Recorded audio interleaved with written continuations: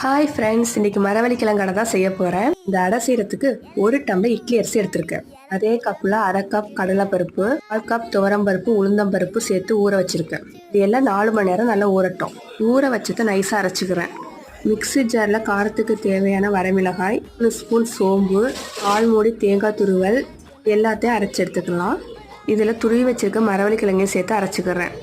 இப்போ இந்த மாவை அரைச்சி வச்சுருக்க மாவோட சேர்த்து நல்லா மிக்ஸ் பண்ணிக்கிறேன்.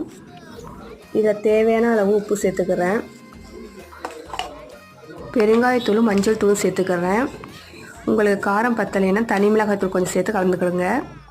இப்போ இதில் நறுக்கி வச்சுருக்க பெரிய வெங்காயம், கருவேப்பிலையும் சேர்த்து நல்லா கலக்கிக்கிறேன்.